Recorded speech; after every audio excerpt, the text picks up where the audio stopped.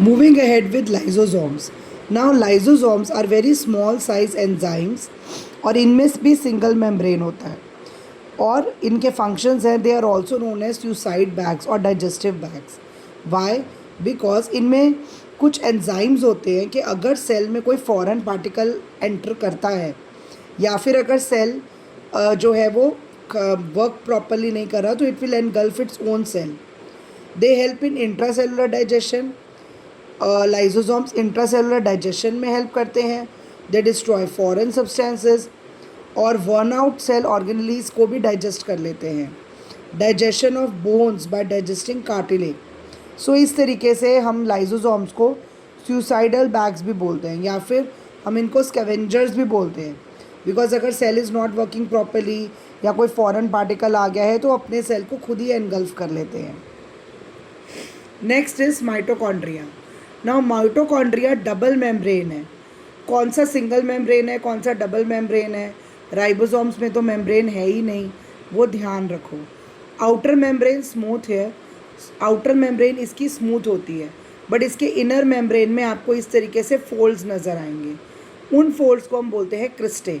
So what is cristae? The inner inward foldings found in mitochondria is called cristae. They contain enzymes needed for aerobic oxidation of glucose. Basically हमारा ये respiration site है. जो cell respire करता है वो mitochondria में करता है और एनर्जी रिलीज होती है जो एटीपी के फॉर्म में स्टोर होती है. एटीपी की फुल फॉर्म है adenosine triphosphate. They are popularly known as power house of the cell. They help in cellular respiration और एटीपी के फॉर्म में स्टोर करते हैं. Power house of the cell है बिकॉज ये एनर्जी जनरेट करते हैं. इनर फोल्ड्स को क्रिस्टे बोला जाता है. क्रिस्टे जो है वो देता है large surface area for enzyme attachment. Next है हमारा टॉपिक प्लास्टिड्स. प्लास्टिड्स भी डबल मेम्ब्रेन है. ये सिर्फ प्लांट सेल्स में ही होते हैं. The organisation of plastids contains numerous membrane layer structure called stroma. अब ये स्ट्रोमा और ग्रैना क्या है? इस डायग्राम को देखो. प्लास्टिड्स में क्लोरोफिल होता है तो वो जो क्लोरोफिल है उसके बारे में ये इन्फॉर्मेशन है कि ये जो ग्राउंड है ये मैट्रिक्स है और ये जो ऐसे कॉइन्स जैसे आपको दिख रहे हैं ये है ग्रैनम और ये बेसिकली ये थाइलाकॉइड्स होते हैं. इनके अंदर क्लोरोफिल पिगमेंट होता है और फोटोसिंथेसिस होती है. सो हमारे पास 3 टाइप के प्लास्टिड्स हैं. ये स्ट्रोमा और ग्रैना भी आपने करना है. In stroma there are stalks called grana. Each grana के अंदर फोटोसिंथेसिस अपैरेटस होते हैं. Plastids are of 3 types. Leucoplast जो कलरलेस होते हैं और ये याद रखना पड़ेगा that they store starch protein and fats. Chromoplast ये कलर्स देते हैं. क्रोमो कलर देता है. Red orange yellow colour chromoplast की वजह से आता है. नेक्स्ट है क्लोरोप्लास्ट. वी ऑल नो ये क्लोरोफिल होता है इसके अंदर. दे ट्रैप सोलर एनर्जी और फोटोसिंथेसिस का फंक्शन परफॉर्म करते हैं. और ये basically plastids provide gaudy colours to fruits and flowers और फोटोसिंथेसिस करते हैं. तो ये इम्पॉर्टेंट फंक्शन है और ये सिर्फ प्लांट सेल्स में ही पाए जाते हैं. नेक्स्ट है हमारा centrosome. The centrosome is found. ये सिर्फ एनिमल सेल में ही पाए जाते हैं और ज़्यादातर ये न्यूक्लियस के पास लोकेटेड होते हैं. सेंट्रोजोम में 2 माइक्रो सिलिंड्रिकल बॉडीज़ होती हैं centrioles. Centrosome contain centriole cylindrical bodies हैं और ये basically they initiate cell division. Cell division होगा तो क्रोमोजोम दिखेंगे तो वो जो सेल डिवीजन को इनिशिएट सेंट्रोजोम करते हैं. ठीक है. इट प्रोड्यूसेस बेसल बॉडीज़ जहाँ से सीलिया और फ्लैजेला बनता है. कुछ ऑर्गेनिजम्स में पैरामीशियम वगैरह में कुछ हेयर लाइक स्ट्रक्चर्स होते हैं ताकि वो अपने फूड को कैप्चर कर पाएँ. या कईयों में फ्लैजेला होता है फॉर मूवमेंट. वो चीज़ें सेंट्रोजोम में से ही बनती हैं. फिर आया हमारा vacuoles. They are cytoplasmic inclusions मतलब साइटोप्लाज्म में पाए जाते हैं. They are clear fluid filled. इनमें गैस होती है या फ्लूइड होती है. वैक्यूल्स का जो आउटर बाउंड्री है उसको हम बोलते हैं टोनोप्लास्ट. एनिमल सेल्स में या तो ये होंगे ही नहीं या फिर बहुत कम होंगे छोटे साइज़ के. प्लांट सेल में ज़्यादातर बहुत बड़े पाए जाते हैं और उनमें होता है सेल सैप. सेल सेप होता है प्लांट का मतलब फूड, जैसे मिनरल्स हो गया, वाटर हो गया, सारा cell sap. In plant cells they do osmoregulation. Osmoregulation मतलब पानी का अंदर एंडोस्मोसिस एक्सोस्मोसिस करना, ताकि ओवरऑल सेल का टेम्परेचर मेंटेन रहे। ऑस्मोसिस यानी पानी, हाई टू लो पानी का movement of water from high water concentration to low water, वो ऑस्मोसिस कहलाता है।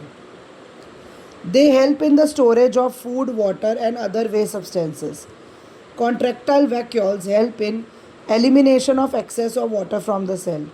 जो कॉन्ट्रैक्टाइल वैक्यूल्स हैं वो एक्सेस ऑफ वाटर भी एलिमिनेट करते हैं। नेक्स्ट टॉपिक है हमारा differentiate between animal cell and plant cell. Animal cell जो है वो जनरली स्मॉलर होते हैं, प्लांट सेल लार्जर। इनमें सेल वॉल एब्सेंट है, सिर्फ प्लाज्मा मेम्ब्रेन होती है। प्लांट सेल में सेल वॉल भी होती है और प्लाज्मा मेम्ब्रेन भी। यहाँ पर प्लास्टिड्स जो हैं वो एनिमल सेल में एब्सेंट है, प्लांट सेल में प्रेजेंट है। गोल्जी बॉडीज़ प्रोमिनेंट होते हैं, हाईली कॉम्प्लेक्स, इसमें इसको डिक्टोजोम्स बोला जाता है। सेंट्रियोल्स एनिमल सेल में प्रेजेंट होते हैं, प्लट प्लांट सेल में सेंट्रोजोम और सेंट्रियोल्स नहीं होते, तो ये इंपॉर्टेंट पॉइंट है। Vacuoles more in number but smaller होते हैं, बहुत कम होते हैं। और यहाँ पर बहुत बड़ा सा लार्ज वैक्यूल होता है जो सेंटर में प्लेस्ड होता है।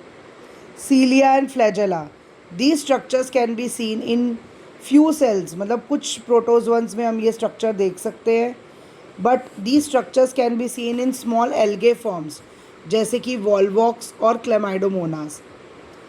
और बात आती है लाइजोसोम्स की, ये प्रेजेंट होते हैं लीवर और किडनी सेल्स में, और प्लांट सेल में लाइजोसोम्स कम होते हैं, मतलब ना के बराबर प्रेजेंट होते हैं। Prokaryotic and eukaryotic. प्रोकैरियोटिक वो सेल्स हैं जिनका न्यूक्लियर रीजन अनडिफाइंड होता है, सिर्फ उसमें न्यूक्लिक एसिड्स होते हैं, उसकी मेम्ब्रेन नहीं होती, उसको न्यूक्लियोइड बोलते हैं। क्रोमोसोम भी सिंगल होता है। यूकैरियोटिक में न्यूक्लियर रीजन वेल डिफाइंड होता है, मोर देन वन क्रोमोसोम। इनमें सेल ऑर्गेनेलीज एब्सेंट होते हैं, जैसे गोल्जी बॉडीज़, एंडोप्लाज्मिक रेटिकुलम वगैरह, बट यूकैरियोटिक में प्रेजेंट होते हैं।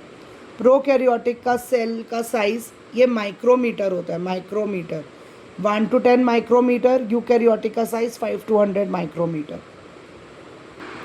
Let's see hypotonic solution. Hypotonic solution में ये होता है कि जैसे अगर हम किसी सेल को वाटर में प्लेस करते हैं, जैसे रेजिन्स को पानी में रखो, किशमिश को पानी में रखो, तो वो स्वेल हो जाएगी, क्योंकि बाहर पानी का कॉन्सेंट्रेशन ज़्यादा है, वो बाहर से अंदर आ जाएगा।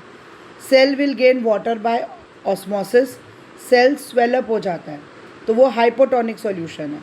आइसोटोनिक में अंदर और बाहर पानी सेम होता है, तो कुछ भी चेंज नहीं आपको दिखने को मिलेगा। और हाइपरटोनिक में ये है कि जैसे आप अगर रेजिन्स को सॉल्ट सॉल्यूशन में रख दो, तो सॉल्ट में सॉल्ट ज़्यादा है, पानी कम है, तो रेजिन्स ज़्यादातर श्रिंक हो जाएंगे। ये श्रिंक हो जाएंगे क्योंकि ये हाइपरटोनिक सॉल्यूशन है, रेजिन्स के अंदर का पानी बाहर की तरफ निकल जाएगा।